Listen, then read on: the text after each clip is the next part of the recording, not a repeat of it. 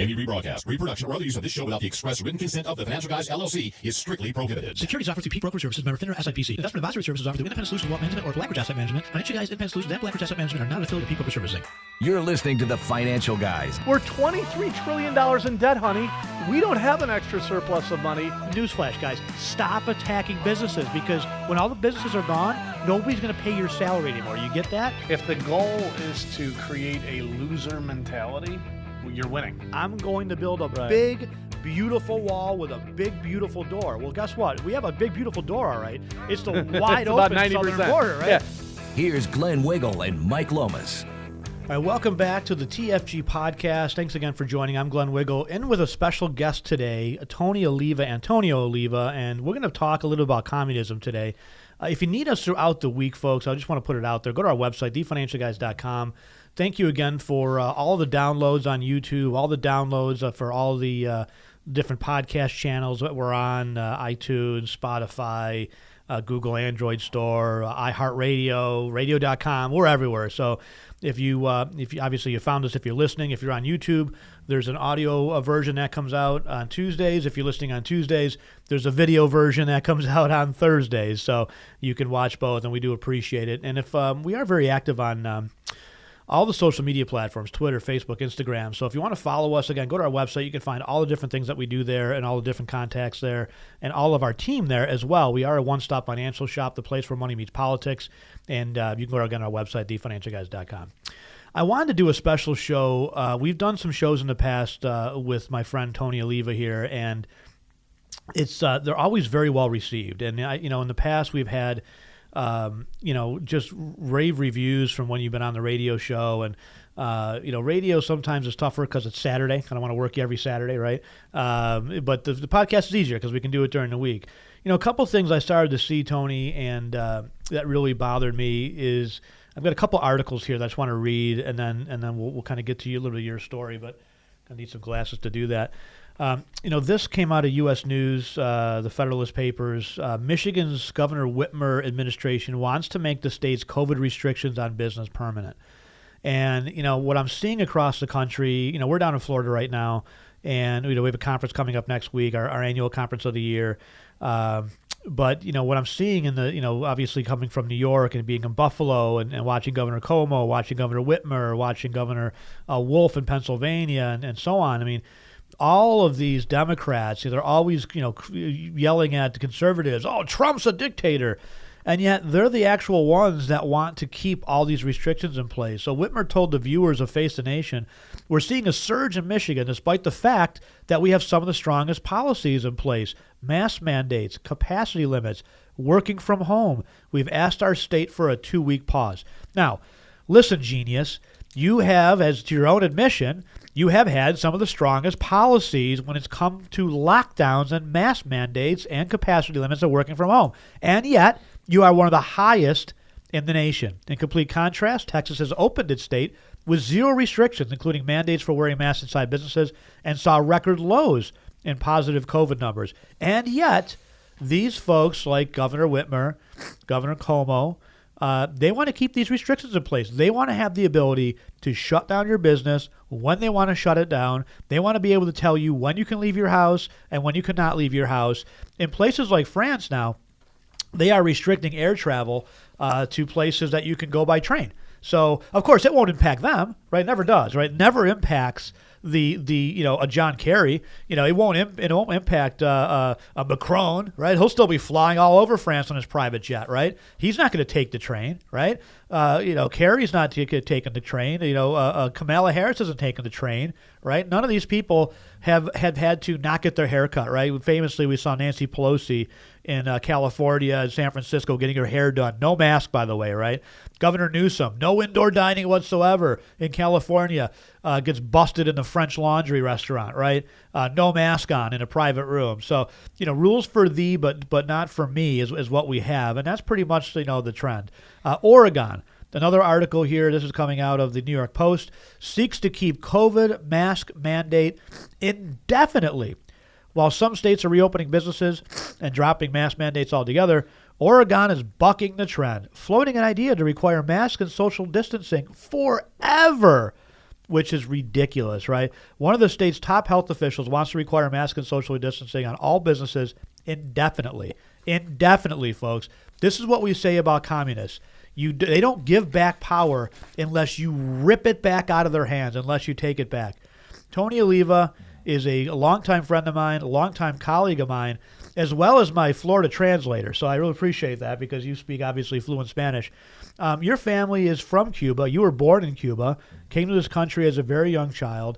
And so although you didn't grow up necessarily in Cuba, under the communist regime, I think the experiences of your father, your family, your relatives, I can see that in the things that you do, like nothing goes to waste, right? You repurpose everything. I've gotten to know that about you, right? Because when you're in a communist country, you're not living large. Like, we're a disposable country in the United States of America, right? We take things, we use them up, we throw them in the garbage as if there's an endless supply of goods and services, right? In a communist country, that's not the case, right? So tell me a little bit about, your childhood, your upbringing, and then, what you learned really from, and obviously we want to do the show this week, by the way, because something historic happened, right? Fidel Castro, his brother Raul is stepping down, right? Not violently. Not that they're going to go to an open election or anything, but, talk to me about, your past and Cuba in general. I'm going to answer first about the Raul Castro. Fidel Castro was the natural leader of that Communist Party. He knew that eventually something would happen to him, so he let Raul Castro set him up to become the new dictator, which he truly never was. So because of that, Fidel Castro created a new Communist Party years ago. So Cuba's been run by the Communist Party that Fidel Castro left in power. And then if you look at Raul, he's a figurehead, very, very similar to what's happening in this country right now. He's just a figurehead. He's a very, very weak man. So him leaving Cuba will not affect Cuba or the policies of Cuba whatsoever. The Communist Party runs it. So as a figurehead, so that's like we talk in our country, we call it the deep state, right? The deep state seems to be running things. I know President Trump tried to fight the deep state. Yep. But it is so entrenched in our Department of Justice, our corrupt FBI, which is clearly corrupt, right? They're going after conservatives and patriots who, were in Washington, may or may not even been at the Capitol, and yet BLM is allowed to burn, loot, and rob and murder people across the country with not a peep from the FBI. So is that the same thing with the communist Cuba? Raul is just kind of there. He's the puppet, but really it's the military leaders, or who is it that's behind the scenes in that Communist Party in Cuba, do you think? The good thing I don't know his name right now, but I can have a clear picture of a very, very tall Cuban, blonde hair, looks honestly Russian, white skin, but he runs that country, and he runs it just as strict as Fidel Castro did. Mm-hmm. And so I've recently talked to Cubans in Cuba, that's the modern internet today, and they tell me the whole country is shut down except for Russians. Mm-hmm. Russians are allowed to fly in, fly out, they can do anything they want. Not even the Canadians that used to go there freely are allowed in anymore. Right. So it's still the same crap. I apologize, but that's what it is. Well, this is the podcast, so we can actually even swear here. This is a good thing. Oh, so talk to me about, you came here when you were very young. You were 3 years old, I believe, right? I was 3.5 years old. And this is very, very important for everyone in this country. This country needs to learn. This country has forgot its basic lessons of life. I was 3.5 years old. I came with the clothes on my back. Now, I'll be honest with you, that was 1962. Today, I can actually sit here and actually openly say anything I want in this country right now I can have. Well, that's probably because of your skin color, though, right? It has nothing to do with my skin color. It has honestly. So you weren't handed stuff, Tony? You weren't no. Because you were a white male, you weren't just automatically given the keys to the kingdom and here you go, here's your success? No, I will say you actually said a comment today. I'm going to kind of correct what you said about me, let's say, refurbishing things. Mm-hmm. When I was a child, we were so poor that I didn't have a bicycle. I had 3. Because walking home from school, which, by the way, was probably about 8-mile walk. There were no buses. I'd find an old bicycle on the side of the road. I'd pick it up, drag it home. Next day, if I found another one, I'd drag it home. And today, I know how to rebuild bikes. And that's how I got my first bike. Mm-hmm. So, and in the end, I had another bike. So, but I had 3 other siblings, and somebody got on a bike. We had bikes, and that's how we got bikes. Mm-hmm. So, and no matter what, and if you find a piece of wood, you never know. If it's a good piece of wood, you save it. And sometimes it is junk, but sometimes you'll be surprised you're going to need a piece of wood. So I was told basically, as a small child, anything you want in this country, all you have to do is work for it. You earn money. And the other thing is, we don't talk about in this country. I was raised by my father, first of all, to be anti-communist. Where people today sit at a table and maybe before they have dinner or after dinner they pray. My father raised us in a way, I must say more my brother and myself, he instilled fear into us. And one of the things he told us about communism is you have to be very, very, very careful. They're here too. Mm-hmm. On the ballot when John F. Kennedy ran, there was the American Communist Party. And by the way, if you carefully looked at your ballots when you voted for this president, there was the American Communist Party. It is here. Mm-hmm. So today, the definition between communism and the Democratic Party, it's just a spelling. Yeah. Well, in New York, we actually have open card-carrying communists in our legislature. They are proud to say, they call themselves either Democrat Socialist or Democratic Communist.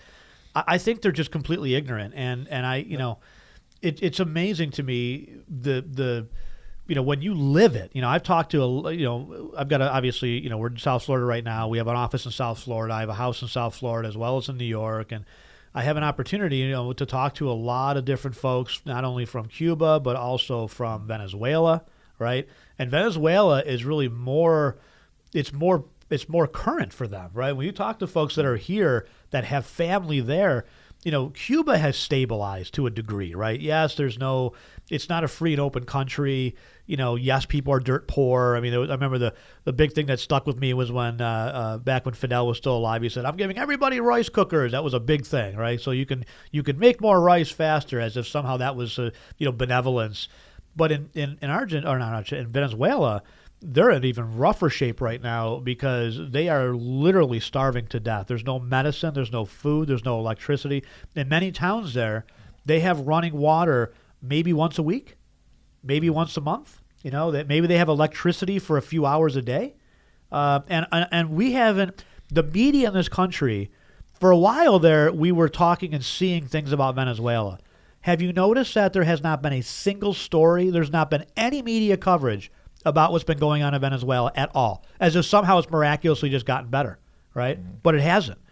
And so when you talk to these folks, you can see, the almost the mental scars to a degree of, the fear when they see things in this country that are starting to happen, right?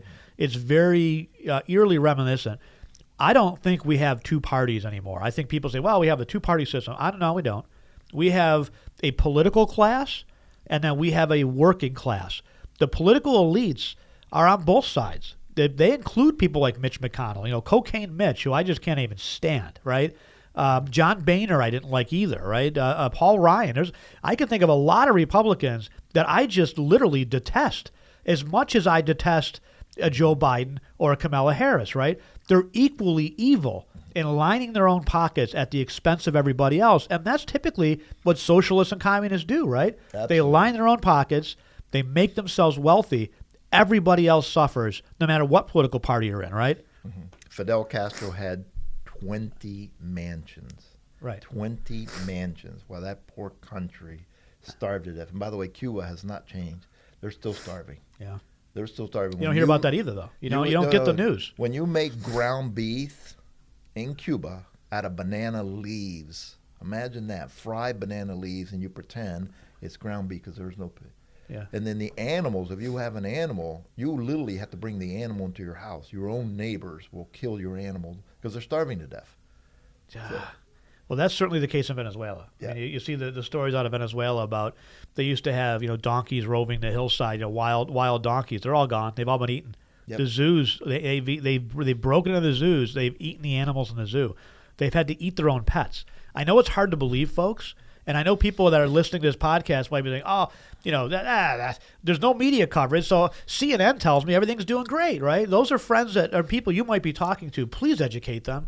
please share this podcast with them. This is somebody who's been there, knows it, family there. And again, it's the evils of communism and socialism. I'll lump the two together. I mean, socialism is just one stop on the way to full communism, right? It's just a different spelling, is my mind. Is really all it is, right? The same thing happens with socialism, right? You see people enrich themselves at the top at the expense of everybody else. All these fools with these universities that are being taught this crap, they say, wow, we want to return the means of production back to the people, right? That's something that sounds like Gorbachev would say, or Fidel would even say. We got to return. We own this country ourselves as a people. This is ours. No elites are going to take it, while he as an elite is taking it all. Absolutely. And then I'll go back to my father's teaching as a small child. Sitting at that table with my brother and I, he says, there's only one thing, and you really have to hear this one word, and it will change your life as the way you think: envy. He says communism is 100% about envy. My father came from a family of 12. My mother came from a family of 11. Now, in that country, they didn't want to come to this country. Understand, I am not an immigrant.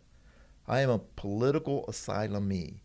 I didn't want to come here per se. My parents didn't want to come here, but they didn't agree with the politics, and this country was nice enough to invite us in. That's it. We were invited in, but we were sponsored by an aunt and uncle that had already been here, and they had to pay to get us out of that country. So, but my father warned us, communism is here. He told us we could never visit communist Cuba because I am still, whether I like it or not, a Cuban citizen in Cuba. So at a young age, the communist government could actually snatch me up and stick me in their communist government.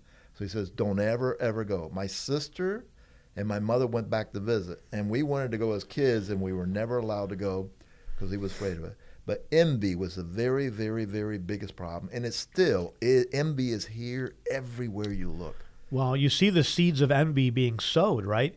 You didn't build that. Somebody else made that happen. The top 1%, they should be spreading the wealth around, right? You hear all these catchphrases, right? Yeah. The Occupy Wall Street was all about the 99%. And what these kids don't realize, and I call them kids, some are adults, but mentally they're children. Let's be honest here, right? Because they don't understand. They're ignorant to the information that's right in front of them about the fact that they're supporting something that will make people poorer, right? They're chanting on Occupy Wall Street years ago to say, we got to get the 1%, take the money, give it to 99. And so we're going to support socialism because those same people in the top 1% are telling the other 99%, don't worry, vote for me, we'll take care of you. We'll make it better for you. And in every single circumstance, I don't care if it's Baltimore, New York City, Detroit, Chicago, L.A., San Francisco, tell me one place where Democrats have made things better.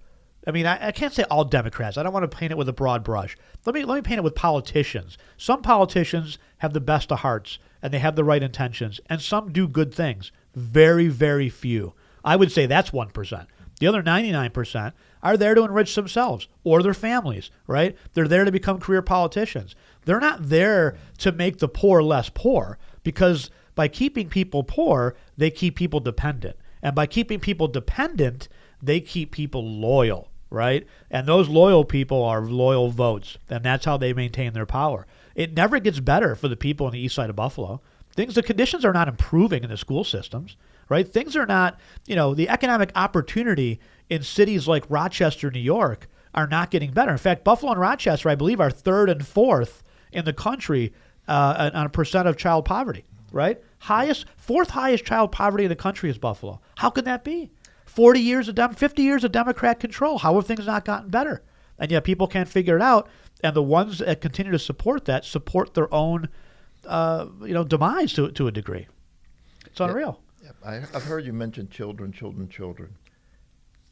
Communism can only be stopped in one place. That's at home.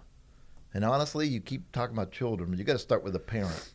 Yeah. There's usually one parent that is weaker than the other, and I am not judging anyone, man or woman, because I have clients, husband and wives, and it's the husband that's the weakest of the two. The children always run to him, and so on. But somebody's going to have to be stern, and if you educate your children at a very, very young age, and one of the things, and Glenn and I talked about this, is work ethics. I remember being 5 years old and my father coming and say, "Wake up." And that was it. And I knew at 5 years old, I had to go to work. At 5 years old, either I was going to work. By that time, honestly, I was working with my brother. He was 7. We were mowing lawns.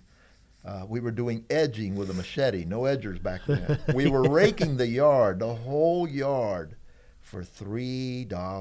The whole yard. I realized cost of living to him.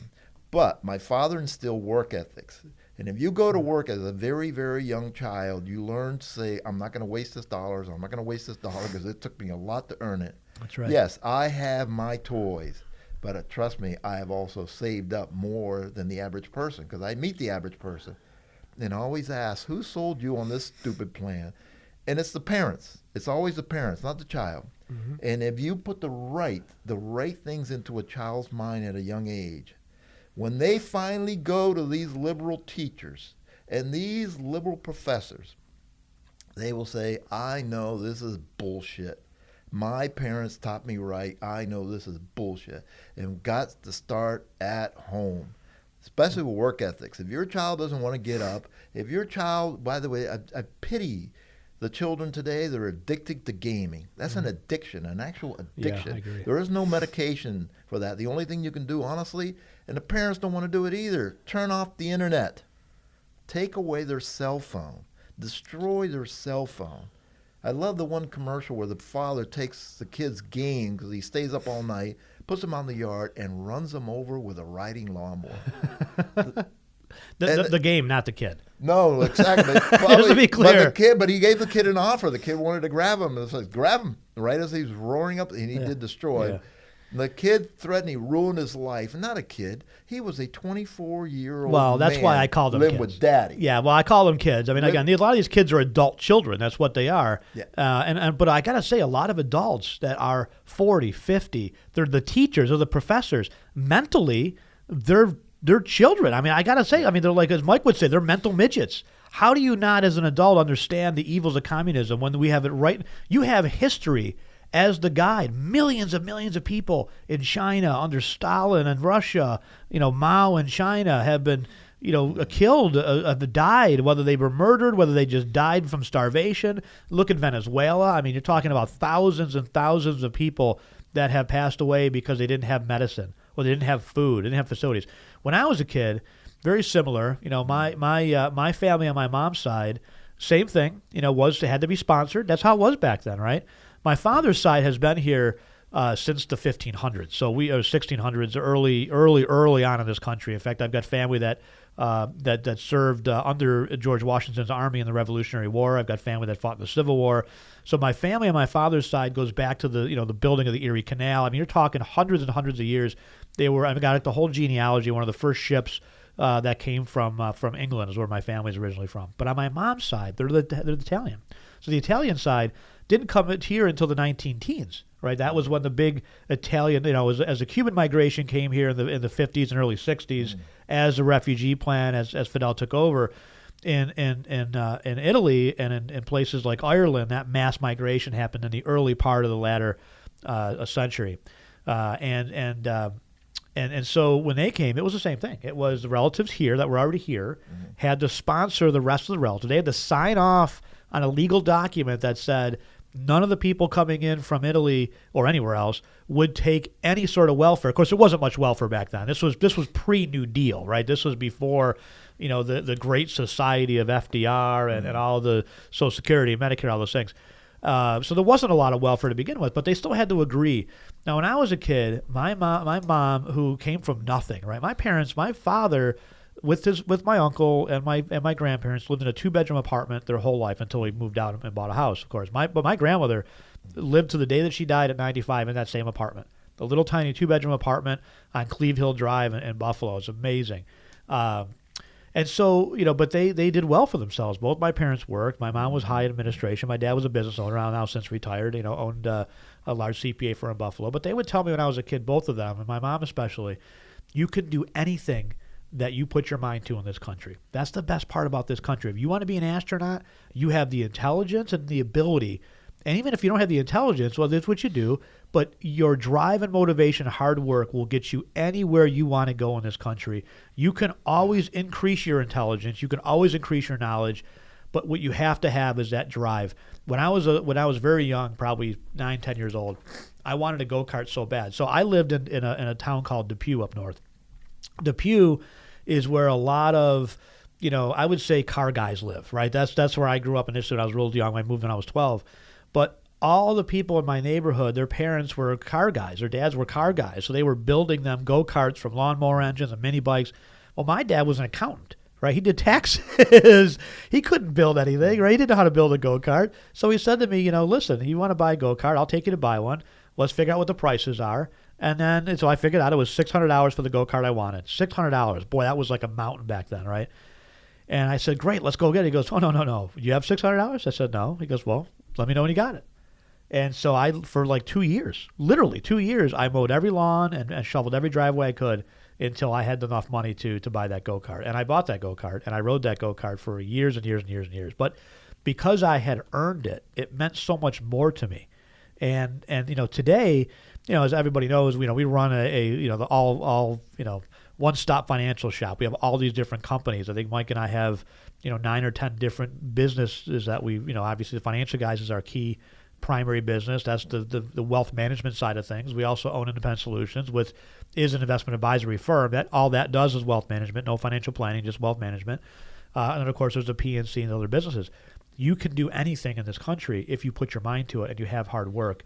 Today, I hear a lot of these kids, and I hear because now my daughter's a junior in college and my other daughter's a senior in high school, and sometimes I hear from other kids that are friends or whatnot that are around, and most they got great kids, a great friend, a lot of great kids out there. I would say there's two types of kids out there.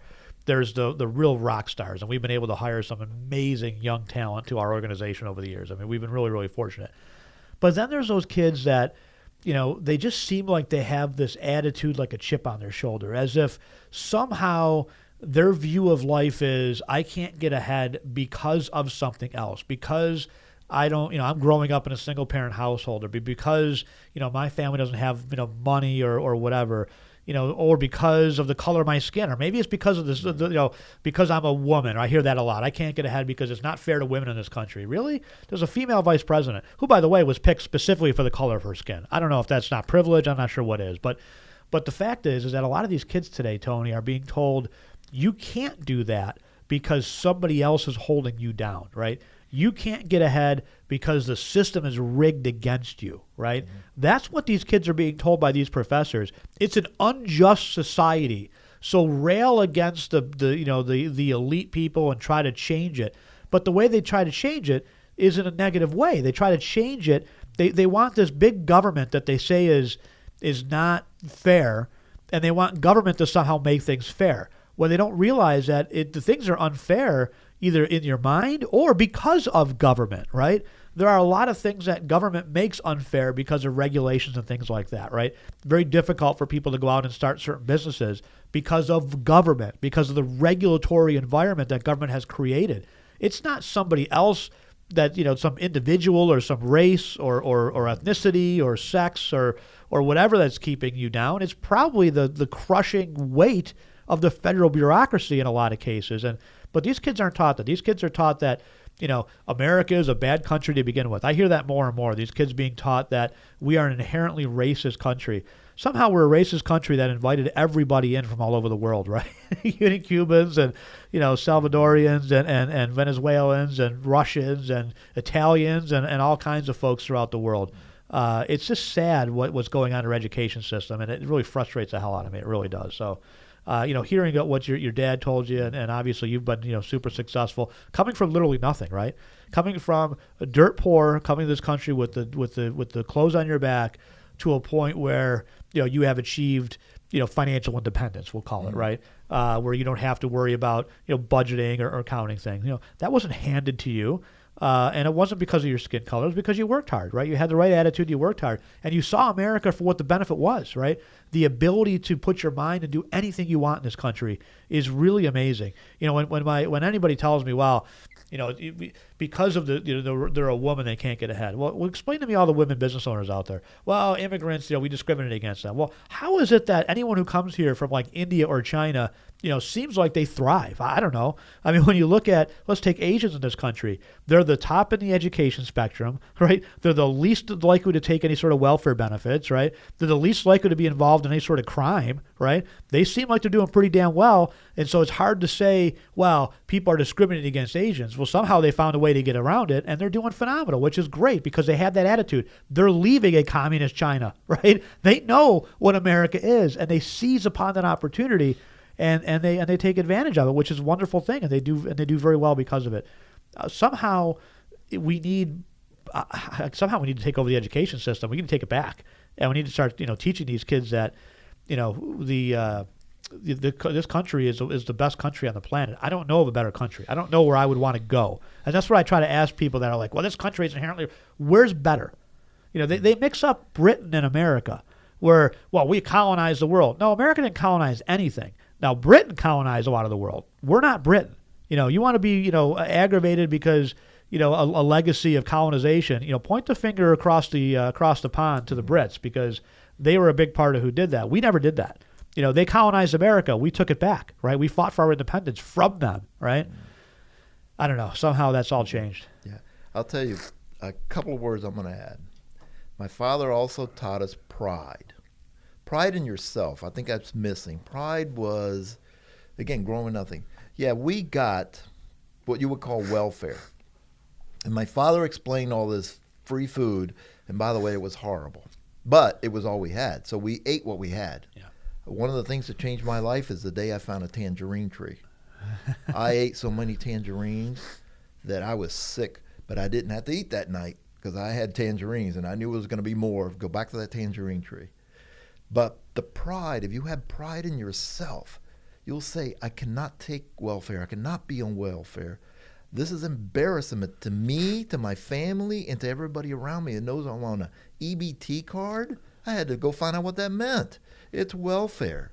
So if you instill pride in your children and tell them don't ever go on welfare, there's now a whole new generation of people that want to be on unemployment. Unemployment is a savings account. It is not for free.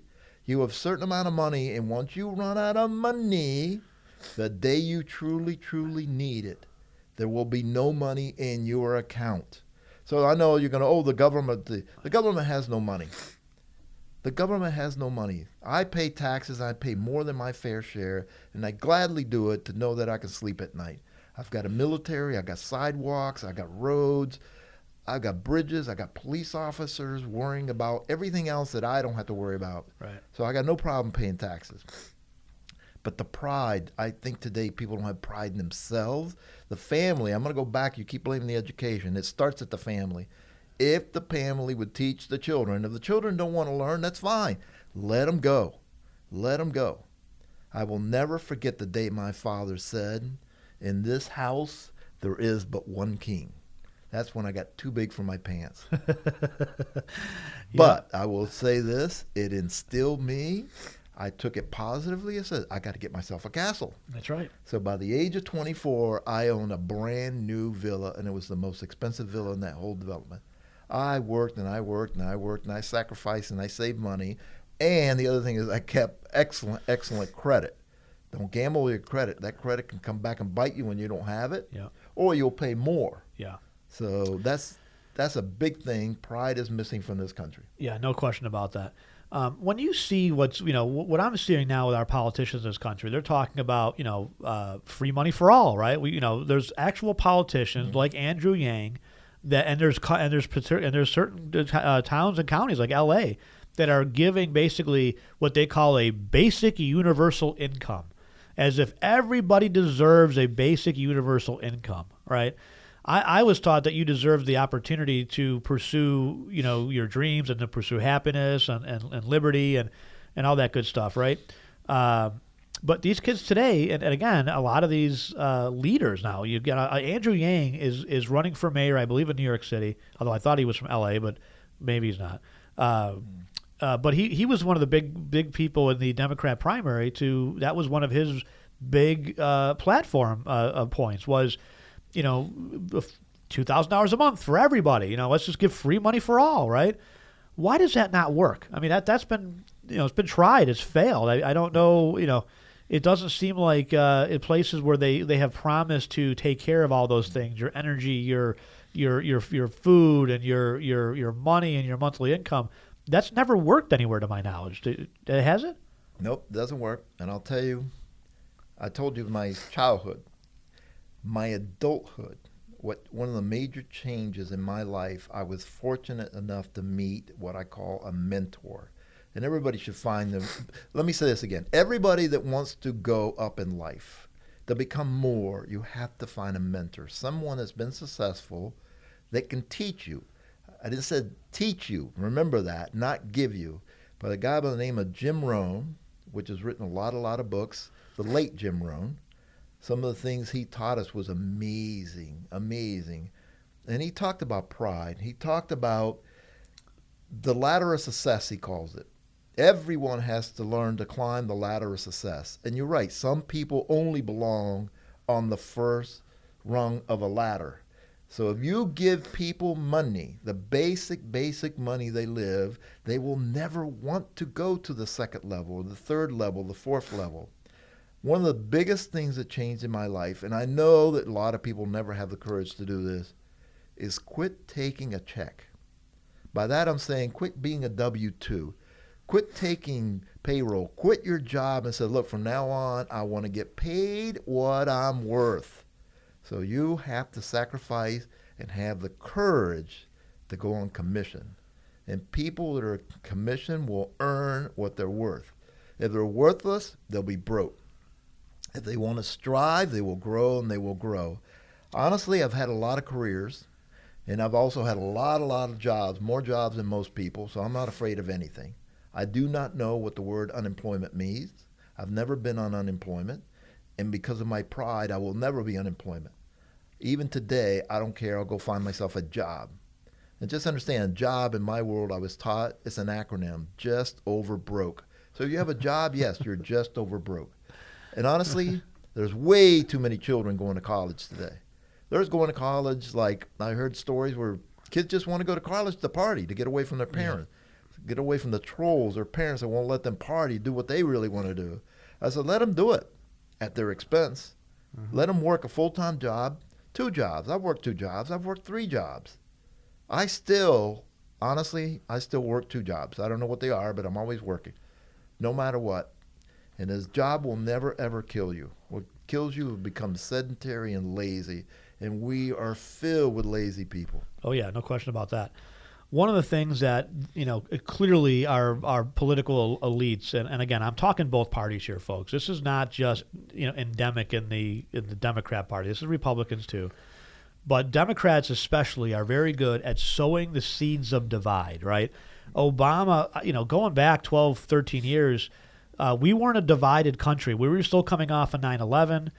We were still, and I still think in general, I think for the most part,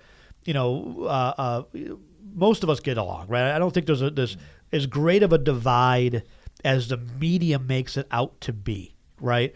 But the media, along with their Democrat overlords, I guess, or accomplices, or the media clearly is just a propaganda arm of the Democrat Party.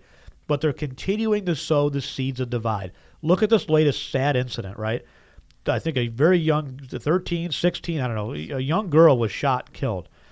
The media and the left wing of this party, or the Democrats, are out there blaming the police officer. This girl was about to stab another girl. What did you expect him to do, right? But there's no consequence for their actions. So, of course, they get in there and they're sowing the seeds of divide. Well, here we go. Yet another police shooting. Well, maybe we should talk about the girl who was about to stab another girl. How did we get to a point where that seems to be okay and somehow the police officer is wrong for shooting the girl and protecting the one that was about to get stabbed? But it's always, look at the Derek Chauvin. Bad cop, so don't misunderstand.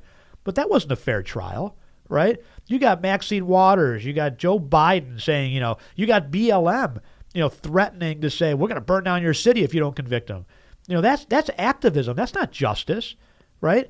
So every opportunity they get, Obama was the master of this. When he came in 2008, right out of the gate. It was, well, those people in Massachusetts, those police officers acted stupidly because they arrested a black man, misunderstanding, for climbing through a window when it was his house, his own house, right? But look, if you saw somebody climbing through a window in a neighborhood, you'd probably stop and ask questions. They didn't rough him up. They didn't take him. They didn't book him. They arrested him. They realized it was his house. It was a misunderstanding. But Obama came right out. The police acted stupidly right out of the gate, right? And then he had his famous beer to get back together. But he didn't stop. Then it was Trayvon Martin. And again, I'm not excusing what Zimmerman did. I think he was a fool for thinking he was some sort of a Rambo to follow this kid to begin with. But the fact of the matter is the kid jumped him and was beating him up and ground pounding him, and he was fighting for his life. He shot and killed Trayvon. And it's sad because you lose a young life. It ruined his George Zimmerman's life as well. But sadly, instead of talking about how did we get there, right, and fixing some of the issues, right, they put Trayvon up as a sweet young kid, right. They don't show any of the pictures of him holding a gun or any of the pictures of him posing with a firearm or a weapon. No. What they do is they talk about, well, Obama came out and famously said, if I had a son, he'd look like Trayvon, right? In every single instance, Obama decided to stoke the flames, and unfortunately, that's how we got BLM. The last incident was Michael Ferguson. Michael Ferguson robbed a liquor store, fought with police, charged a police officer, was shot. That police officer's life was destroyed, and the Democrat Party continues to this day to repeat the false narrative of hands up, don't shoot. Not a single witness, not a one, that was at the actual grand jury. They couldn't find a single witness that corroborated that hands up, don't shoot story. And yet all the Democrats on the floor of the House came down with their hands up. They're still saying today, hands up, don't shoot. Michael Brown was an innocent guy. No, he wasn't. Michael Brown was a thug. He attacked a police officer. Let me give you guys a hint, okay? Let me just give you a tip. If you don't fight with the police, you have a lot less likelihood of being shot. If you don't confront police with a weapon, you have a much higher probability of not being shot or killed by police. If you don't flee from police, you have a much better chance of not being shot by police. If you don't run to your vehicle for a weapon, you have a much better chance of surviving an encounter with police. In almost, not all, there are certainly bad cops and there's bad apples in every bunch, right? And we've had some bad situations. But in most cases, these are armed people. This girl who was about to stab another girl was armed. And the thing is, the CBS just came out recently and they showed this Chicago shooting of this 13-year-old kid. I mean, these are young children. CBS edited out the gun, took it out of the headline and said, police shoot innocent unarmed black man. Oh, really? It was a kid, black kid or whatever. But when you actually, but the Chicago Police Department said that's not true. They released a video that showed the kid had a gun in his hand, right? The kid had just robbed at gunpoint and tried to carjack two other people. That's why the police were there to begin with. He fled the scene with a gun. He came around a corner and confronted police with a gun in his hand, and he got shot and killed, right? It's the police's fault. Now you got the media editing out the gun. You got the media not telling you the whole story. The media originally came out and said this poor kid, this poor young girl was shot and killed by police. Never a mention that she was about to stab somebody else. Isn't this what the Communist Party did? I know that they did this in Russia. It was about pitting people against each other, neighbor against neighbor, even family member against family member. You heard it in New York. Talk about Erie. You got Gail Bernstein, the Erie County Health Department executive, saying, turn in your friends, turn in your enemies if you know they're not quarantining or they're not wearing their mask. Turn on your neighbors. Turn them in. Here's the tip line. What does that say to you? I brought up earlier, my father came from a family of 12. My uncle, which was a veterinarian in Cuba, yes, he was the most successful of all of us. His own sister, my father's sister, my uncle's sister, turned him in when he was hiding, because of course he had the most, and she was envious of her own brother. Mm-hmm. So I do not even know her name. They just said one of my sisters, one of your aunts is a communist. Never knew her name. She was a communist. So it turned in. He was able to escape in a little tiny rowboat with 3 other men only because he knew where the North Star was. That's the only thing nautical. So what did she? So he was successful. He had money. He was doing well. What did she turn him in for? And what was she? Envy. So she just said, "He's got money. Go take it." Yeah, go take it and share it with me. Take it from him and give it to me. Give me more. I deserve more. I should get as much as him. and make us all equal. So, by the way, and in communism, the first thing is Fidel Castro, you cannot take away two things from him. He was a great orator. Yeah. So was Obama. Very good. Good comparisons, why I brought it up. And the second one is, if you realize Fidel Castro, of all the communist dictators, he lasted the longest. You cannot take it. So he surrounded himself with other very, very strong politicians or whatever, bodyguards, whatever it took to keep alive until cancer finally caught up with him. So, but one of the things he was a master of, first thing he takes over, and I saw this happen in Mexico recently, they took over the media. Right now, you ask anybody who controls 90% of the media, the socialist does. The Washington Post is controlled by socialism. Yeah. All of us. So they will publish everything. My local newspaper contacts me every week trying to get me to buy a subscription. I says, why? It's a liberal rag. Oh, propaganda. Exactly. I Yeah. said, it's all garbage in it. And I said, as simple as a football team. My football team won the national championship, and you didn't put them on the front page of the sports page. Right. So I just hang up and I said, nope. And they delivered the newspaper for a year for free. Then they asked me if I wanted it. I said, of course not. I said, my back hurts from carrying all that crap in the recycling bin. Yeah. Go back to your uncle for a second. So your sister, or your aunt, I should say, calls a communist official? Yep. And says, go take money from my uncle and give it to me. No, where he was hiding. So he was hiding out. So was he hiding money? Well, essentially, you don't hide money, you hide in the bank. He had money in the bank. Oh, he had money in the bank, okay. Yeah. So she says, I want that money. So he has to flee the country at this point. Exactly. Would they jail him for having too much money? I mean, what was the there's was the fear? Why did he leave, I guess? What was the idea behind getting out of the country? And by the way, in this country is no different than Cuba. There's jails and there's prisons. Jails short term, prisons long term. So they would have put him in a prison. Why? Why? Because he had money he didn't want to give up, or he had whatever. And understand, they also had, the worst thing that Cuba did is basically scaring the most successful thing they had in Cuba were the intelligent people. Those are the ones that got out. Right. So all that was left behind is the people that wanted and didn't want to work or didn't know how to work. That's why today Cuba has no product to offer, period. Nothing. They were par with the U.S. dollar. That means it was equal value at one time. They have nothing to offer. They have no sugar. My father and my uncle own a farm. They left it to their youngest brother. And he worked that farm for him and his family. And he had crops and he would harvest crops. And then once a year he was surprised the first time the militia showed up with military trucks.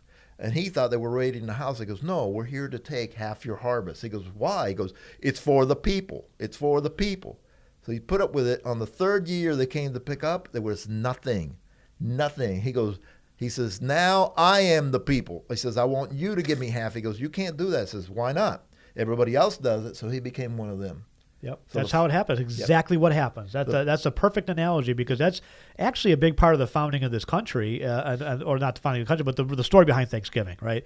What happened when this country was first formed, and this is, we don't teach this at all. Rush Limbaugh used to talk about this story every Thanksgiving. He would share this story, and it's true. And you can go back and you can look in historical documents. But when they first came to this country, and they set up their communities, what they did was everybody was required to produce a certain amount for the community, right? And the exact same thing happened. Somebody got lazy and said, well, yeah, Joe down the street will do it, or Eli will do it, or whatever. And person, they all stopped eventually producing because they thought somebody else was going to do it. And that winter, many of them starved to death. They did not have enough food. And what happened because of that was, it's kind of how the free market capitalist system was born, right? That's how they decided eventually to say, we can't do this again, right? We're going to allow you to profit from your labor, what you do and what you produce. How we're going to do that is we're going to set up a central store, so that instead of just giving it to the communal group so that they can take what they need, you can sell your goods to the store, and the store will resell them to the people.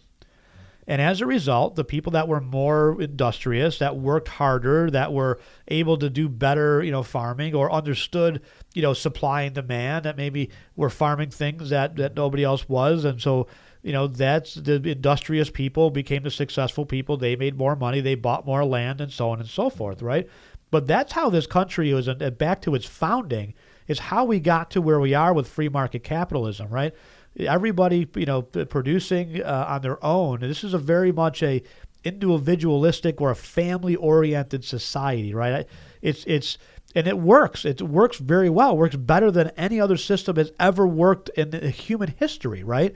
And so to say that, well, capitalism doesn't work, you got to go back to communism when you have, a situation after a country after country after example after example after example where it's failed. So obviously your uncle must have been super fearful to be willing to get into a rowboat, into the ocean, right? And he rowed, north to Miami? Where did he end up? Did he hit the point that he wanted to? Well, what's interesting is he knew where the North Star, so needless to say, they had to go at night. And they followed the North Star, and they finally want to realize there is a lighthouse. So they thought there was a lighthouse for Key West. Well, they didn't realize they got all the way up to Marathon. So it was a lighthouse of Marathon. But they got there. And today, my uncle's now passed away. The U.S. government, when they found out he was a veterinarian, he wasn't sponsored, so they offered him a job right away to become a veterinarian from sunny Cuba to Nebraska. Oh. He had to move to Nebraska, send a Cuban to Nebraska that did not speak English. Yeesh. So he used to write us about the letters, taking care of the cattle and so on in the snows that were 8, 10, 12 foot high. Yeah. So, but you had to do what you had to do. But the fear must have been, to be willing to risk your life, to get into a rowboat, into an ocean, and just by the North Star, you must have a pretty healthy, fear understanding that if I go to this prison, I'm probably not coming out. That is correct. And a lot of Cubans, they never talk about it, never came out. So, listen, I also want to go back to that little farm. Somewhere on that little farm, my father and my uncle hid all their guns. So their guns are actually buried somewhere on that farm. Huh. So I'm telling you, it's happening in this country. So that's something else that happened, right? So Fidel Castro, talk me through the process of, it's a military coup. He takes power. At what point did they start to take away guns from people and force people like your father and your uncle to have to bury them in the yard? So I'm going to go back to him being an orator. He was such a great orator that the people in general, thought he was actually a wonderful, wonderful Democrat until the more, let's say, elite people of Cuba says, no, this guy's a communist. This guy's a communist. This guy's a communist. And people didn't want to believe him until he started showing his real truth when he took over the media, and all of a sudden everything changed. And then the second thing is he took over the military and basically just disseminated it, made it really, really small except for his people. And then he went after the police departments. He controlled them. And that's it. And by the way, we're seeing the same identical signs. We're attacking the police to make the police smaller or totally get rid of the police. This is going to be the Wild West again. I look at it, I said, look, the solutions, and I apologize because there are a lot of nice, intelligent American black people here. Oprah Winfrey is a multi-billionaire. She's the wealthiest black woman in the country. Actually, she's one of the most, just period. Black woman, doesn't matter. In the she's world. She's one of the wealthiest people in the world. That's right. By the way, she's earned it all. Absolutely. Every bit of it. And her ancestors were probably slaves in this country too. So maybe. No excuses made. She's made it. She's earned away. Dr. Phil actually works for Oprah. That's right. Well, you can. Look, you can go down a whole list with Obama.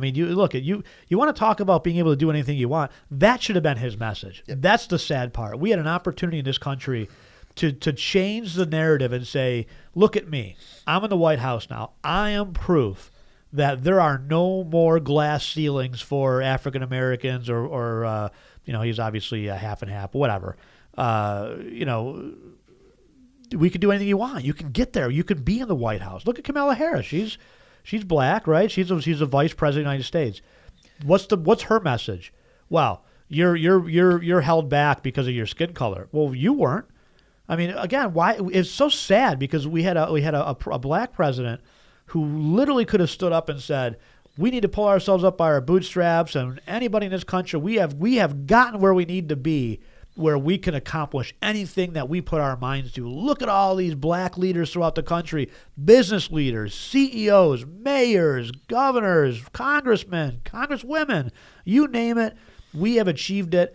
And I can honestly say we're at a point in this country where we've gotten probably as close to equality as we'll ever get. But he didn't say that. What he said was, those police officers acted stupidly. If I had a son, he'd look like Trayvon. Hands up, don't shoot. You didn't build that. I mean, on and on. I could use example after example of how he divided this country and basically told, sadly, African American communities that, you're where you are because of white conservatives, as opposed to you're where you are because of elites Democrats of all colors, especially sadly the people like Al Sharpton that take advantage of their own people. I've never seen anything like that.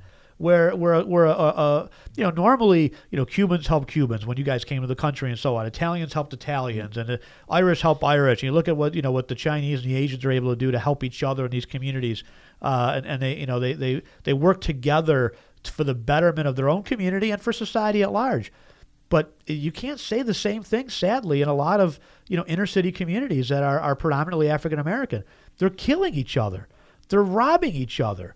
They're holding each other back. And sadly, in a lot of cases, there are successful young black kids that are doing great, that want to escape that cycle of poverty, that are pulled back in by their friends or other people. They're beaten down. They're targeted oftentimes because of their success. Maybe that goes back to the envy thing. I would honestly disagree with you.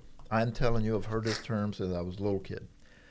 My parents, the good thing is they didn't stay in Miami, Florida. By the way, all Cubans had to go through Miami, Florida. Mm-hmm. Just like Italians and people came through Ellis Island, we came through Miami, Florida. Yep. Then we moved to a little country town. Later on, I found out it was the home of Mel Tillis, the country singer. Oh, okay. So I grew Mel up. Tillis. I grew up with the Tillis family. So the Tillis family were just the people that owned the funeral home, by the way. But they had money, so we got to play in their yard and stuff like that. But I say it's not the inner cities; it's the government. The government, and this is communism. Well, it's the government that created the situation. I absolutely agree with that. But the government keeps them weak. I heard this term when I was growing up. I did have black friends, and they would say this term I never understood as a child. The white man is keeping us down. The white man is keeping us down. It is true. And how the white man keeps the black American down, he feeds them a free phone. If you vote for me, I'll give you a free phone. Hey, if you vote for me, I'll give you the stimulus check. Yeah. Oh my God, I get $1,000, $5,000. Oh my God. I make that in a day. See, I think it's worse than that because they do that. There's no question about it. But what they have also done is they have destroyed the education system for these cities. They really have. Yeah. And you can blame the teachers union and their incestuous relationship with the Democrat Party. Because when you look at, I've said this for a long time, how do you have two completely competing different interests trying to vote for the same politician that supposedly is going to make both sides happy? How do you have, folks in inner cities that really need school choice, that need better education opportunities for their kids? I mean, Buffalo has a 50% graduation rate. 1 out of 4 kids graduating from the city of Buffalo, if they graduate, will go to prison at some time in their life. These kids are graduating, I use that very loosely, graduating from high school with a 3rd degree English and a 2nd degree math skill level. Right, this is a travesty. So you're right; they are getting the handouts and they're being enticed with the free candy, but worse, they're being deprived of the education that will give them the opportunity to get ahead. Oftentimes, because the teachers unions fight against school choice. First of all, tenure is the worst thing ever, right? Oh, you can stay here forever no matter how bad of a teacher you are because you've been here long enough. What is that? Could you imagine it with doctors? Oh, yeah, I know you killed the last 4 patients you operated on, but hey, you're a tenured surgeon, so keep up the good work, Bill. I mean, it's stupid, but we do that in schools. We protect the unions, and especially public sector unions, are there to protect the worst employees of the group, right? Not the best. And as a result, they're not getting the education that they deserve, sadly. And I don't know how you get ahead when you have a 2nd or 3rd grade math skill. I don't know how you, unless you are able to educate yourself. And so the teachers union wants to keep control over that. They want the money to enrich themselves. They don't want school choice. They don't want competition. They don't want to have to be judged by the results, right? What they say is, well, don't judge by the results because the inner homes are broken. And that's true too, partly. But you can't always point the finger at something else and just say, well, it's because of the whole broken homes, it's because of this, it's because of that, when in reality, a lot of it is because of the lack of education, sadly. That is one. But I'll tell you one of the things you're missing in your whole vocabulary, the word choice. I had choices. From the day I was born, I chose, I wanted more. I wanted candy when I was a kid. And my father's the one that said, look, you can have as much candy as you want. You got to get a job. I was 5 years old. Yeah.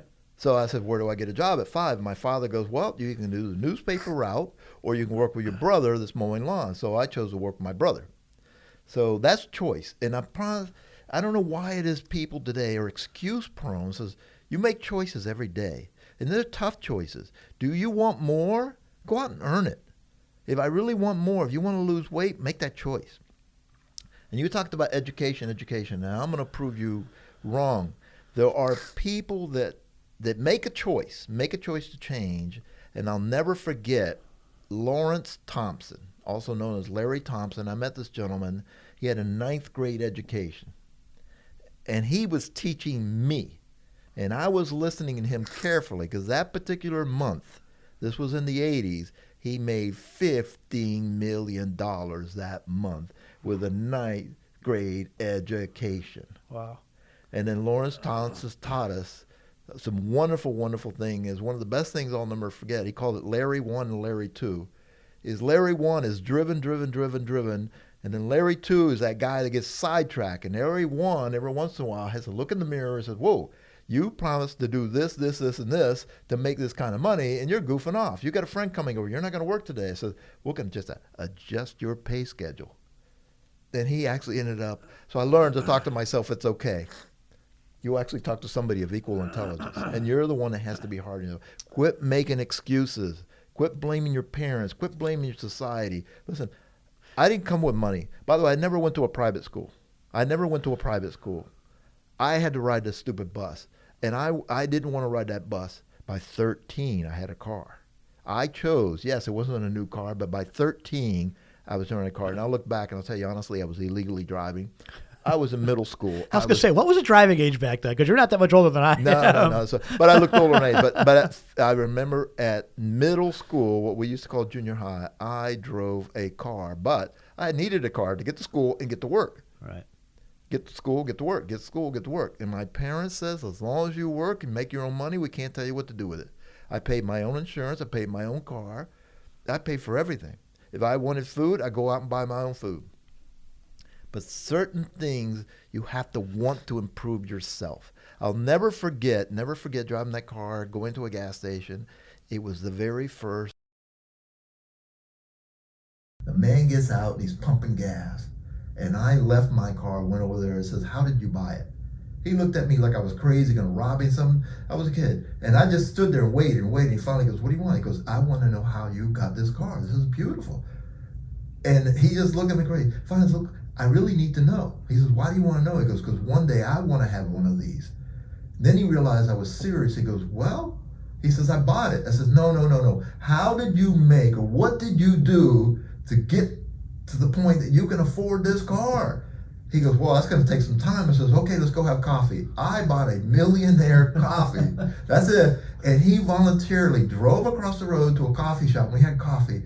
And he told us all his struggles and his family struggles. And by the way, his ancestors were slaves. They were slaves that were put in cages and everything and brought over here to work the mines from Ireland. Not from Africa, from Ireland. A lot of his family came over as slaves, all males in the beginning. And when they finally got some money, they brought over their family. So, but he earned every single penny. And I was driven. And by the way, I do not want a Rolls Royce now because I know what it is. I know there's a lot nicer cars, or you don't need the latest car. So that's the other thing, is people spend way too much money on things they really, truly don't need. Yeah, well, again, we're a disposable society, so it's always about, wanting more and then just throwing out and discarding and whatnot. But I think in a lot of these urban, communities in these inner cities, I think there's a lot of parents that do want the choice, that do want to, they're desperate to get their kids a better education. They're desperate to break that cycle of poverty. And you see that in places like New York City. When they open up a new charter school, where they have a charter school, the waiting list, you might have 30 or 300 openings for that school. you'll have 30,000 applicants or 3,000 applicants.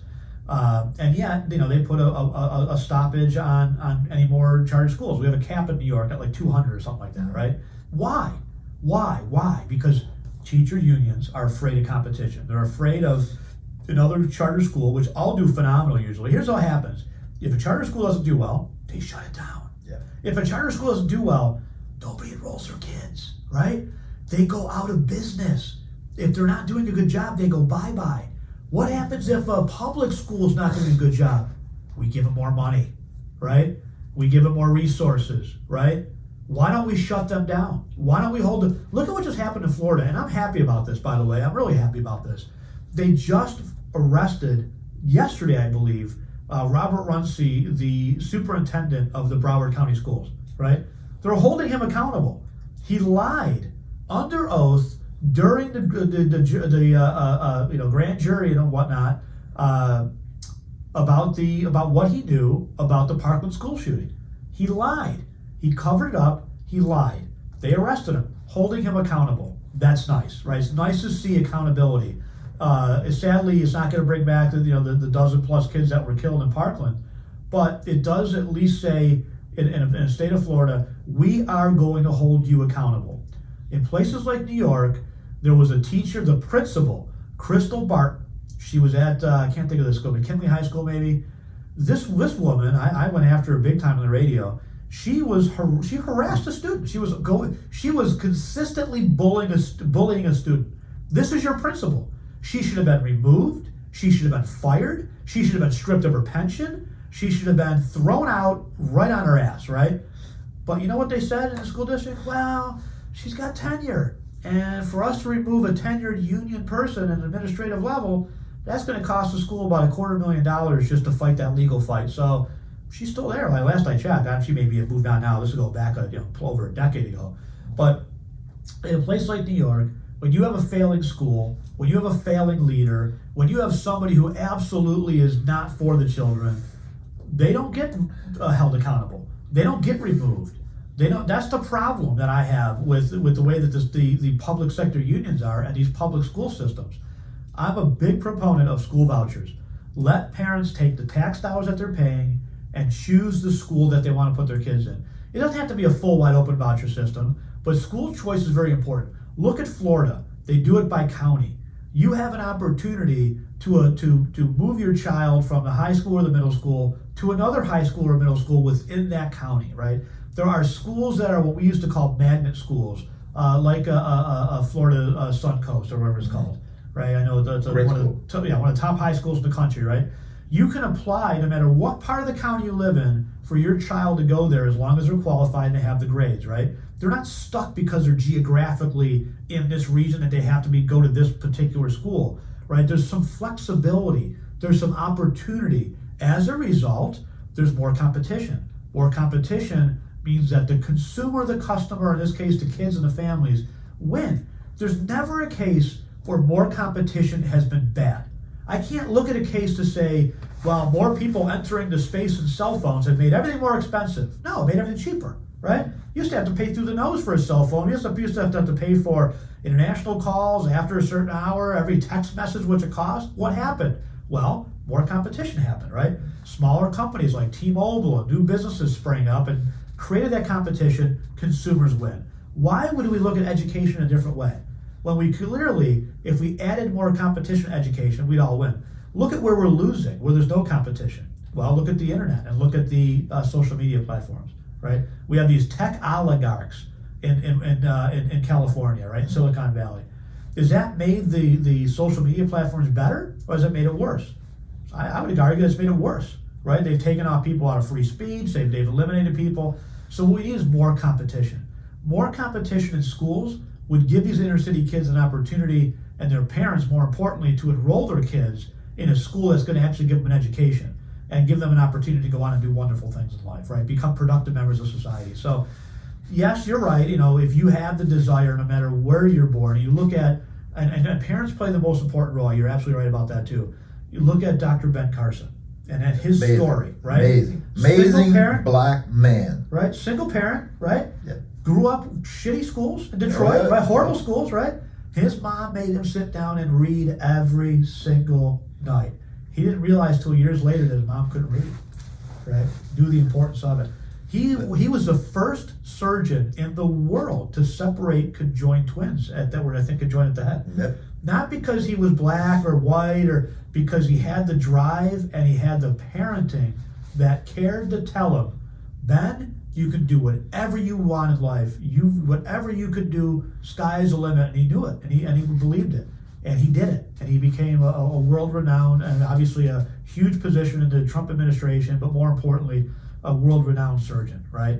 That's amazing. But he had the opportunity because of his mom to get that education that he may not have had. A lot of these parents don't care. That's sad. No, but you keep bringing up education.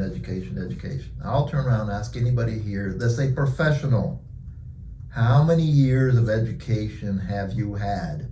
And when I sit with people, everyone can tell you, let me say most people have at least gone through 12th grade. Mm-hmm. So that's the educational level.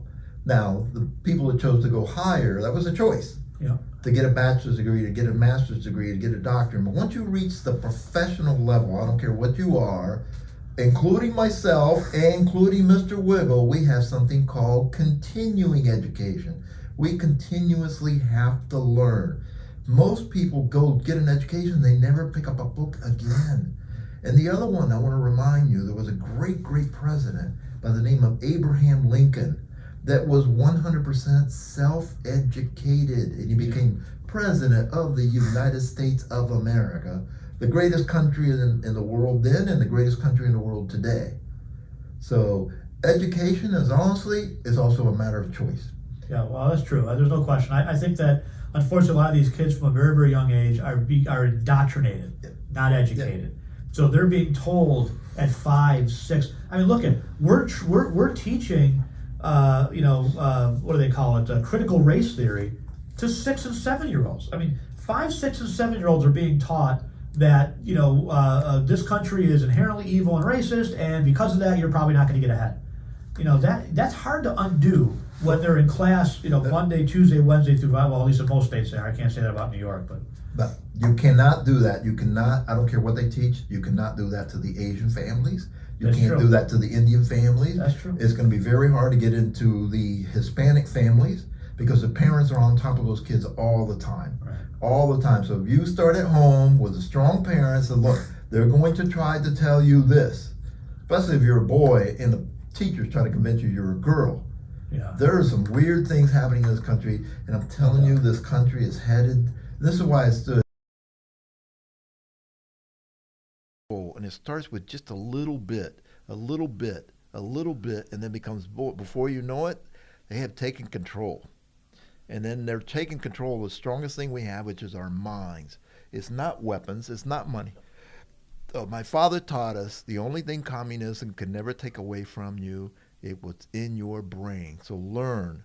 And then, by the way, we talked about this. I had to go through a course in high school, and you could not graduate in high school when I went there without the course, Americanism versus Communism. I aced the class. I'm glad to hear that. And Governor DeSantis, God love him, in Florida has just reinstituted mandatory American civics in high school as a requirement for graduation.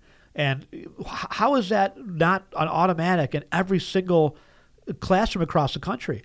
But we don't teach kids that to love America because the teachers hate America. A lot of these white liberals especially, they hate America. Why? I have no idea. A recent study came out, by the way. The group that was the most unhappy, take a wild guess, liberal men. Liberal men. Why? Because they're married to liberal women. That's why. If I was married to a liberal woman, I'd be miserable too. Trust me, right? So anyway, all right, we got to probably wrap this up. We're long, right? So look, folks, thank you again for listening. I know it was a long one. Tony, thank you so much again. Yes. I really appreciate you sharing your story. I want to do this again, maybe on the radio as well. Okay. And I want to have an opportunity to take some calls because I think there's a lot of people that would like to probably call and ask you questions about your upbringing and your knowledge on Cuba. And I know you still talk to people there but they've wiped that off the media. They've wiped off anything about Venezuela, anything about Cuba, anything about communists. Now that the Democrats are back in charge, that's all good. But even under Trump, because they control the media. So anyway, if you need us throughout the week, folks, we do manage money for a living. go to our website, thefinancialguys.com. There you can find everything that we do, all our social media links. If you like what you heard and you want to hear more of it, do us a favor, give us a thumbs up and hit the like button. That helps us out a ton. If you subscribe to our channel, you'll also get the notifications whenever we release a podcast or a new video or new anything that we're doing. So we'd appreciate that as well. So anyway, thank you very much again, Tony. I appreciate it. I'm Glenn Wiggle on behalf of Mike Lomas. We are the Financial Guys, and we'll see you on Saturday on the Financial Guys Radio Network.